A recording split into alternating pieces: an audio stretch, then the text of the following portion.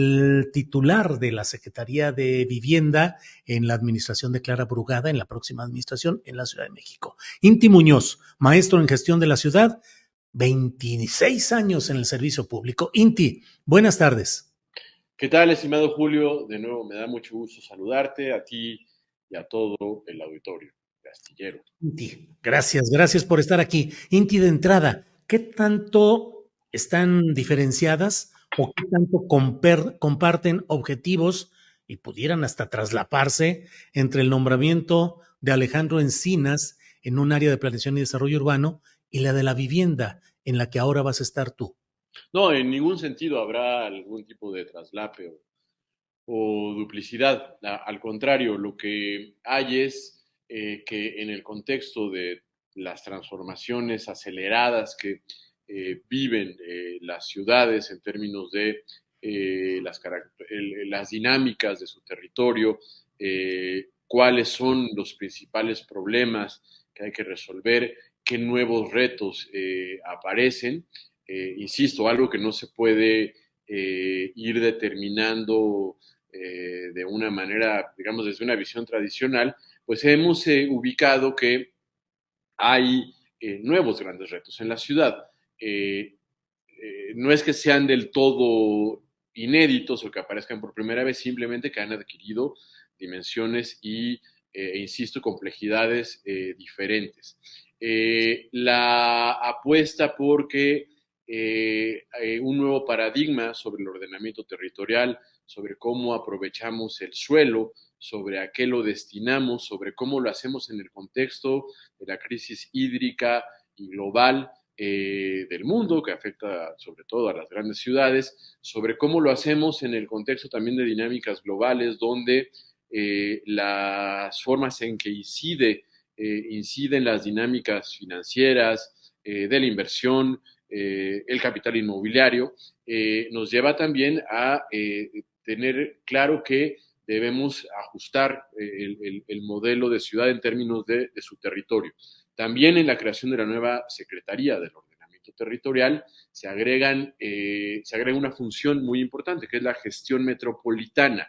Me refiero a la secretaría que estará encabezando mi compañero Alejandro Encinas. Esto también es algo que hay que entender se da en un momento histórico donde, para decirlo coloquialmente, se alinean un conjunto de factores o se alinean los astros. Es decir, pocas veces la ciudad, la megalópolis, la zona metropolitana ha estado frente a la oportunidad de construir políticas públicas desde una perspectiva donde se comparte proyecto de ciudad, proyecto de país, proyecto de hacia dónde debe caminar la sociedad, la realidad nacional. Se comparten entonces tareas en el nivel municipal o de las alcaldías, en el nivel del gobierno central de la Ciudad de México, en el nivel del gobierno central del Estado de México, de los municipios del Estado de México y el nivel federal. Entonces estamos frente a la oportunidad por primera vez, de una gestión metropolitana integral de todos los aspectos del desarrollo, algo que a esta ciudad le ha venido haciendo falta, porque también lo político había incidido desde hace mucho tiempo, diría yo algunas décadas. Eso por un lado. Por el otro, en las transformaciones que ha vivido la Ciudad de México y las grandes ciudades, el hacer de la vivienda asequible y adecuada una política pública central, más allá de los modelos tradicionales, por ejemplo, el de la vivienda social, que se adquiere a través del crédito social, que es lo que actualmente desarrolla el Instituto de Vivienda de la Ciudad de México, una tarea muy importante que ha sido en muchos sentidos la base o una de las bases de la ciudad democrática desde 1997, es algo que debe evolucionar para que ahora tengamos una política de vivienda integral, una política de vivienda que utilice todas las herramientas que se pueden construir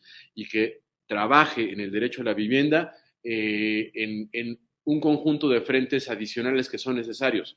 Por ejemplo, ¿pero a qué te refieres, Cintia? O sea, casas más baratas, créditos distintos, o sea, ¿cómo cambiar el esquema en el que hasta ahora han caminado? Te pongo un ejemplo. Ujú. El INVI lo que produce es vivienda social de bajo costo que se otorga a quienes cumplen un rango de ingresos a través de esquemas de crédito social. Es una forma de producción social de vivienda que ha sido muy importante. Pero ahora tenemos la necesidad también, y ya se han dado pasos en ese sentido, de la producción pública de arrendamiento, de vivienda en arrendamiento. Eso es una política de vivienda que está siendo fundamental, por ejemplo, en París. Ahora acabamos de estar con funcionarios del gobierno de París que nos han explicado todos los efectos positivos que han logrado después. De hecho, además, llevan un tiempo desarrollándose. El 25% de las viviendas de París son de propiedad pública y se otorgan en arrendamiento asequible a las personas que trabajan en la ciudad. Entonces, debemos tener mucha más oferta de vivienda de propiedad pública en arrendamiento.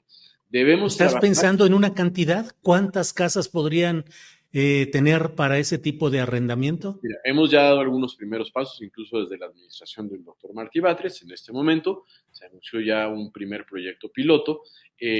La jefa de gobierno electa, desde la campaña y en su plataforma programática, ha puesto la meta de 200,000 acciones de vivienda desde la política pública.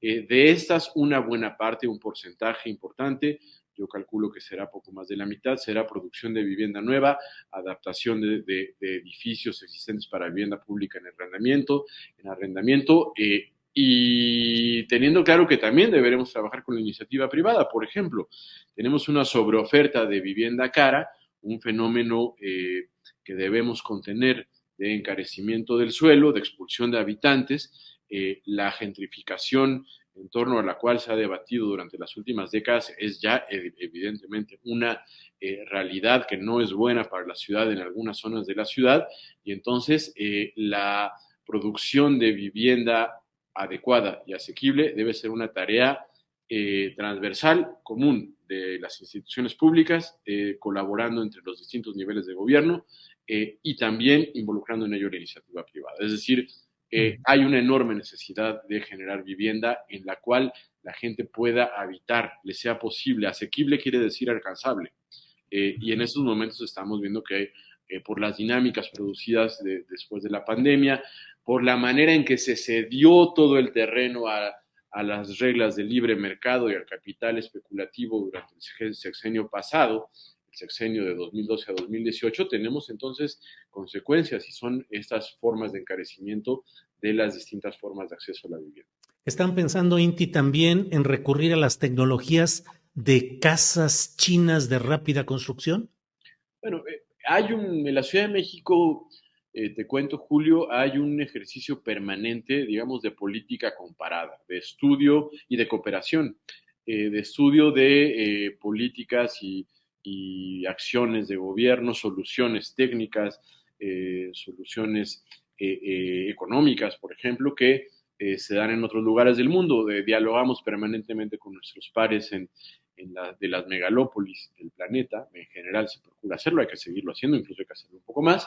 Y en ese sentido, pues sí, vamos a tener en cuenta todas las posibilidades para construir vivienda de calidad, digna, con buena arquitectura, que sea segura, que como dice la ley, como dice la Constitución incluso de la Ciudad de México, sea vivienda con espacio suficiente, con espacio público, con la oportunidad de insertarse en un proceso de construcción de comunidad, cercanía al transporte público y sobre todo cercanía a los lugares de trabajo. Esa es la gran prioridad. Oye, Inti, disculpa que insista, pero ¿están pensando en eso, en casas de esas como cápsulas que se instalan en terrenos y ya se tiene ahí una habitación, que es el modelo chino? Para serte sincero, no hemos pensado exactamente en ese modelo, conocemos que se utiliza. Sin embargo, el territorio de la Ciudad de México da pie a posibilidades diversas. Además, tenemos una tradición muy importante en lo que se refiere a la arquitectura para la vivienda social, y no se diga en temas como la ingeniería civil, construir, hacer ciudad en este territorio tan complejo, así como nunca ha sido fácil, también ha generado pues una expertise muy importante que está ahí en nuestras instituciones académicas, instituciones claro. públicas. Oye, Inti, escucho con beneplácito la idea de que se construyan casas cerca de los centros de trabajo, pero en la mancha metropolitana, en la Ciudad de México y en toda esa área, ¿dónde encontrar terrenos propicios que permitan combinar centros de trabajo con cercanía del habitante de una vivienda? Sí, en efecto, los procesos de donde perdió peso, de procesos históricos en torno a la vivienda en la Ciudad de México, donde particularmente en un lapso en el que no debió ocurrir eso, porque es un lapso que ocurre dentro de esa etapa en que la izquierda ha gobernado la ciudad y que es 2012-2018, donde hubo un viraje o una visión que caminó por otro lado. En ese periodo heredamos un problema adicional a los que ya he mencionado, que es la escasez del suelo o Ujú. la relativa escasez del suelo. Sobre todo del suelo para la política pública de vivienda o para vivienda que no sea cara. Sin embargo, hemos estado trabajando muy intensamente en el estudio del territorio y hay alternativas. Es decir, hay por un lado zonas de la ciudad aptas para donde incluso sería bueno este proceso de redensificación de la vivienda en la ciudad central, entendiéndola como un conjunto de alcaldías es decir, cuáles no. Más bien, hay alcaldías como Iztapalapa, como Tláhuac, como Tlalpan, como Xochimilco, donde hay que trabajar sobre todo en el mejoramiento de la vivienda existente, hay que trabajar en la dignificación de la vivienda, en acompañar, por ejemplo, todo ese tipo de vivienda que ha surgido de la autoconstrucción y que tiene capacidades en sí bien importantes de adaptabilidad a las familias que mutan, crecen, etcétera, pero la producción de vivienda nueva es, sin embargo, posible en algunas zonas de la ciudad central. Tenemos zonas que fueron industriales,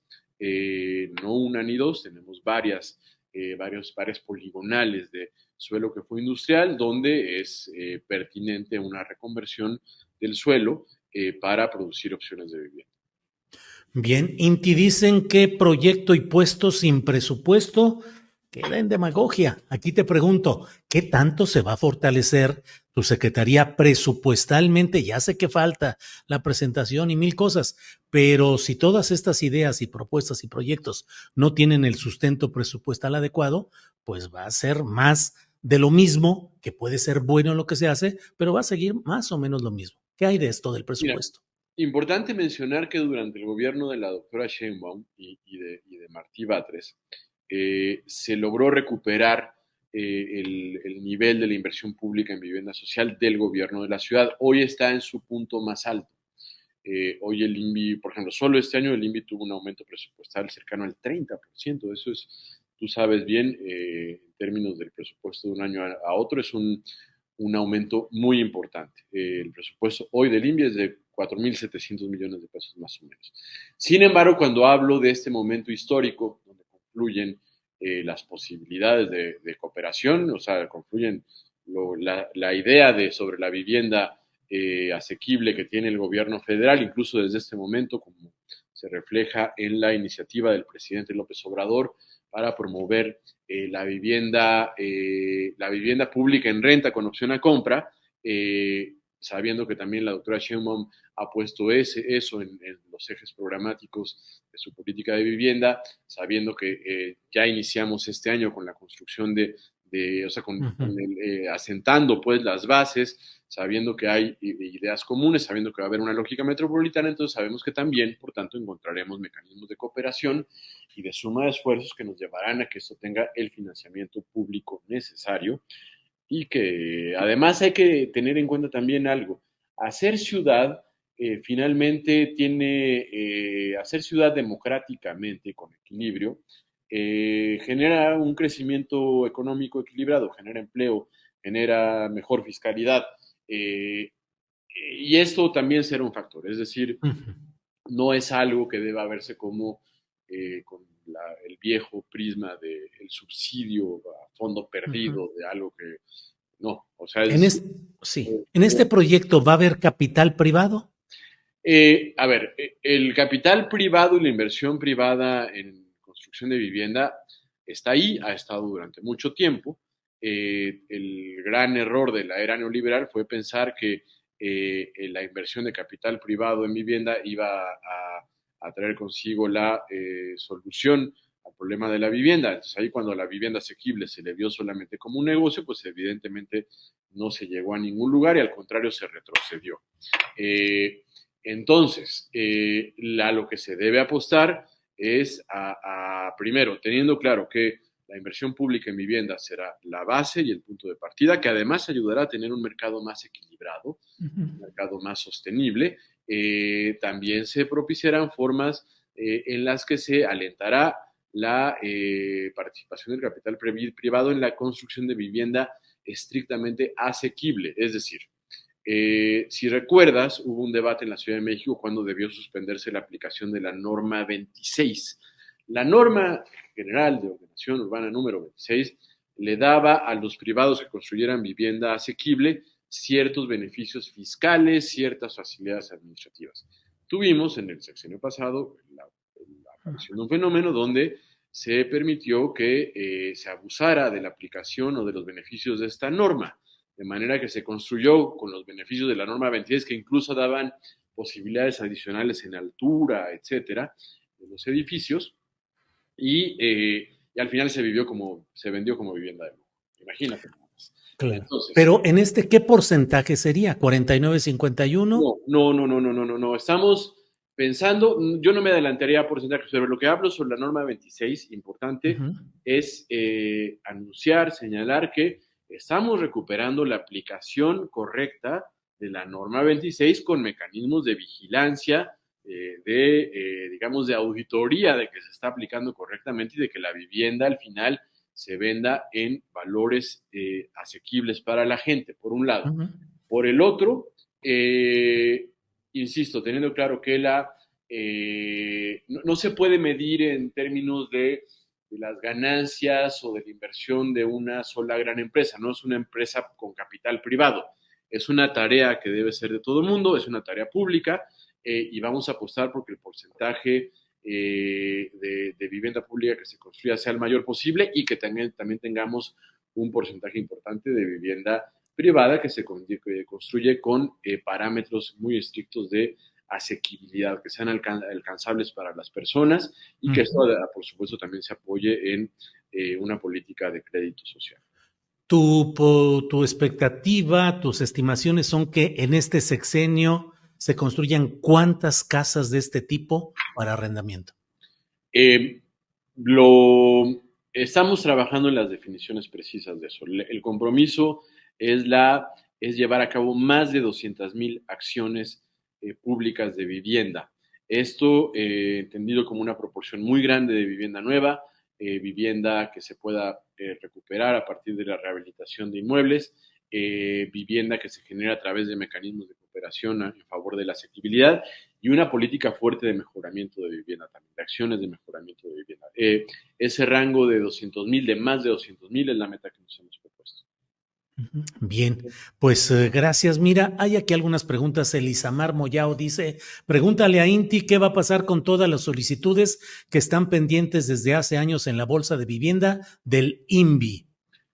Todo se respetarán los derechos de todas las personas, todos los procesos que ya han iniciado en el INVI se llevarán a buen puerto en el marco del rediseño institucional que hará del INVI parte de la nueva política de vivienda dentro de la nueva Secretaría de Vivienda. ¿Qué tanto lo que estás planteando se va a relacionar con Infonavit o con Fobiste? Debemos tener una estrechísima relación, por supuesto. Infonavit y Fobiste son las dos instituciones públicas de financiamiento para la vivienda popular y asequible y de los trabajadores más importantes. Entonces habrá un trabajo intenso, renovado y reforzado. Bien, pues Inti, muchas gracias por esta información. Ya iremos viendo cómo va caminando todo. Te agradezco que hayas estado con nosotros a reserva de lo que desees agregar, Inti.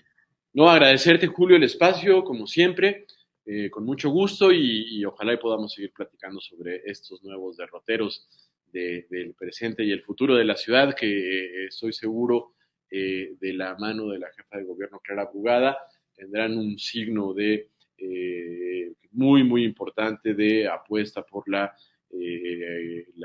colectividad, el equilibrio, la inclusión para hacer una ciudad mejor cada día, como ya lo somos, pero seguirlo siendo a partir de una visión que es la que la gente ha decidido. Uh -huh. Bien, Inti, pues muchas gracias y buenas tardes. Hasta luego. Abrazo, Julio. Hasta Gracias luego. igual. Hasta luego.